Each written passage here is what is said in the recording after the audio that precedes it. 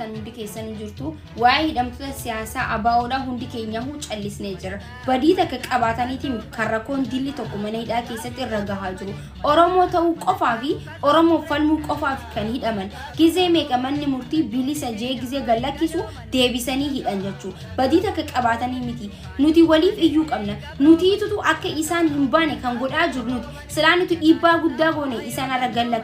galakkifaman yoo nuti ka callisnu taate immoo akkuma baratame santi mana hidhaa keessaa baasanii ajjeesanii darban jechuu Oromoo meeqaatu mana hidhaa keessaa